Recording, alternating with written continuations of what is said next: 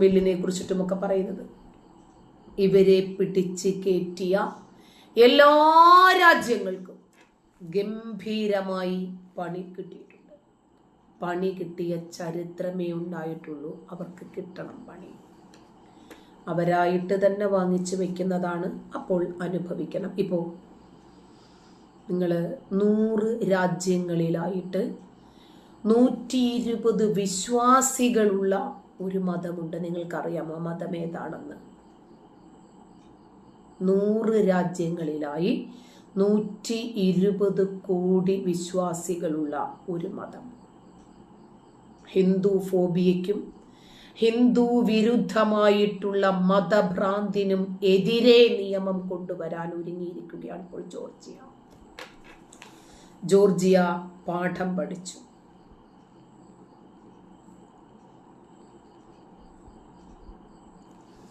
കാരണം ഇതിങ്ങനെ വിട്ടാൽ പറ്റില്ല. ഒരു മതവിഭാഗത്തെ മാത്രം തെരഞ്ഞു പിടിച്ച് ആക്രമിച്ചു കൊണ്ടിരിക്കുന്നു. നൈജീരിയയിലെ ക്രിസ്ത്യാനികൾ, ബംഗ്ലാദേശിൽ നമ്മൾ കണ്ടില്ലേ ഇപ്പോൾ ഹിന്ദുക്കള്, കൊച്ചു കേരളത്തിൽ പോലും PC പറഞ്ഞതിൽ എന്താ തെറ്റ്? ഈ മതത്തെ വിമർശിച്ചിട്ട് ഇവിടെ നിലനിൽക്കുക എന്ന് പറഞ്ഞാൽ ഒരു യുദ്ധത്തിൽ നിൽക്കുന്നത് പോലെ, രണാങ്കണത്തിൽ ഇറങ്ങി നിരായുധരായി നിൽക്കുന്നത് പോലെയുള്ള അവസ്ഥയാണ്. ജോർജിയ ഇതിനു വേണ്ടിയുള്ള ബില്ല് അവതരിപ്പിച്ചു കഴിഞ്ഞു.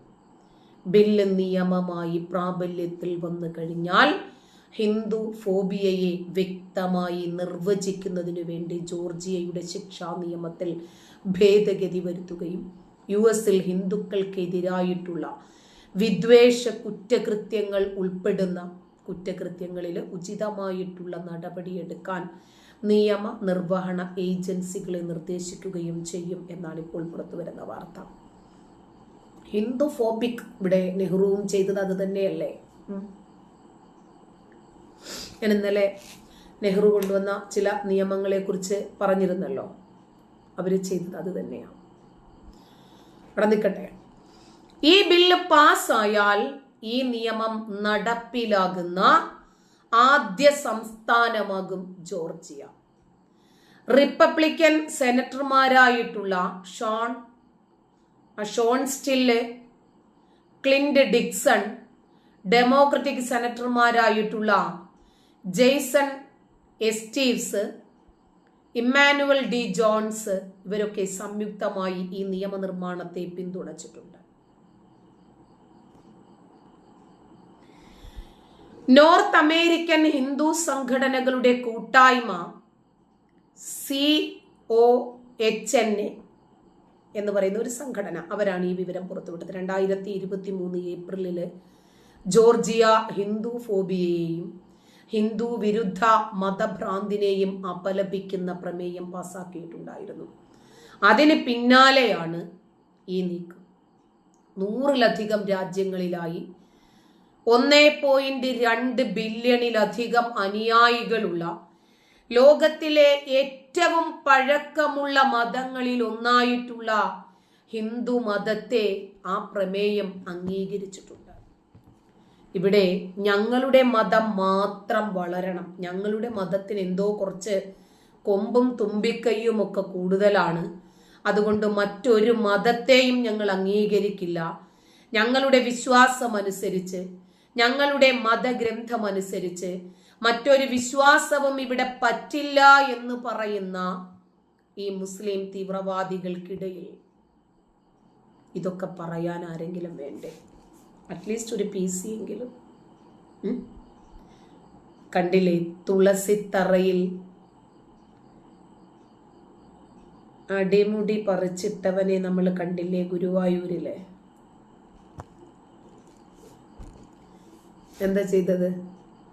തുളസിത്തറ കണ്ടപ്പോൾ കാക്കായ്ക്കെന്തോ കലപ്പയൊന്ന് പൊങ്ങി. കാക്ക പെട്ടെന്ന് തുണി പൊക്കി ഒരു മുടി പറിച്ച് തുളസിത്തറയിൽ അങ്ങനെ ഇട്ടു. വേറൊരു കാക്ക കാസർഗോഡ് കമ്മ്യൂണിറ്റി ഹെൽത്ത് സെന്ററിൽ യേശുവിന്റെ ചിത്രം ഇരുന്നപ്പോൾ കാക്കായ്ക്ക് കുരുപൊട്ടി. കാക്ക അതെടുത്തുകൊണ്ട് പോയി. ആരും ഒന്നും ചെയ്തില്ല, ഒന്നും പറഞ്ഞില്ല.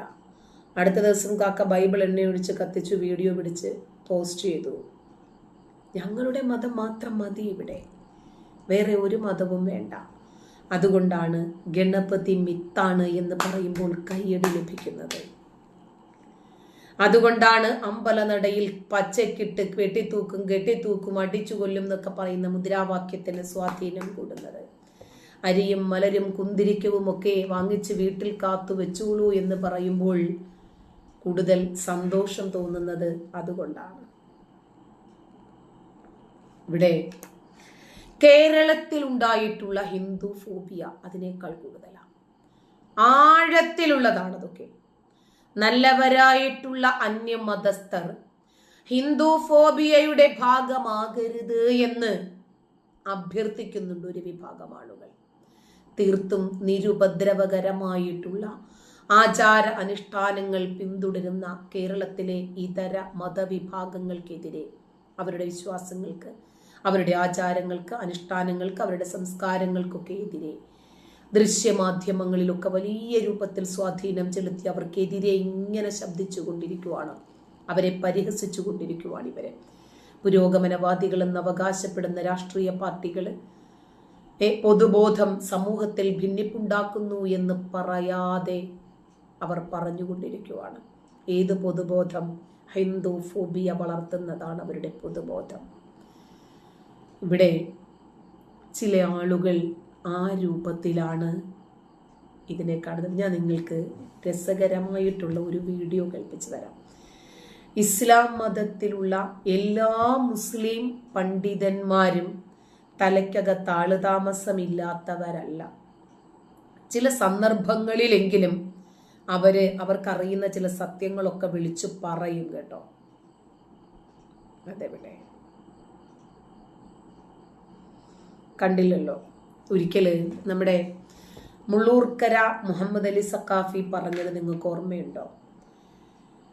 ആദ്യമായി കേരളത്തിലേക്ക് വന്ന അറബികൾ, അവർക്ക് പള്ളികൾ വേണമായിരുന്നു, നമസ്കരിക്കാൻ പള്ളിയിലേക്ക് ആള് വേണമായിരുന്നു, കച്ചവടത്തിന് സഹായിക്കാൻ ആള് വേണമായിരുന്നു.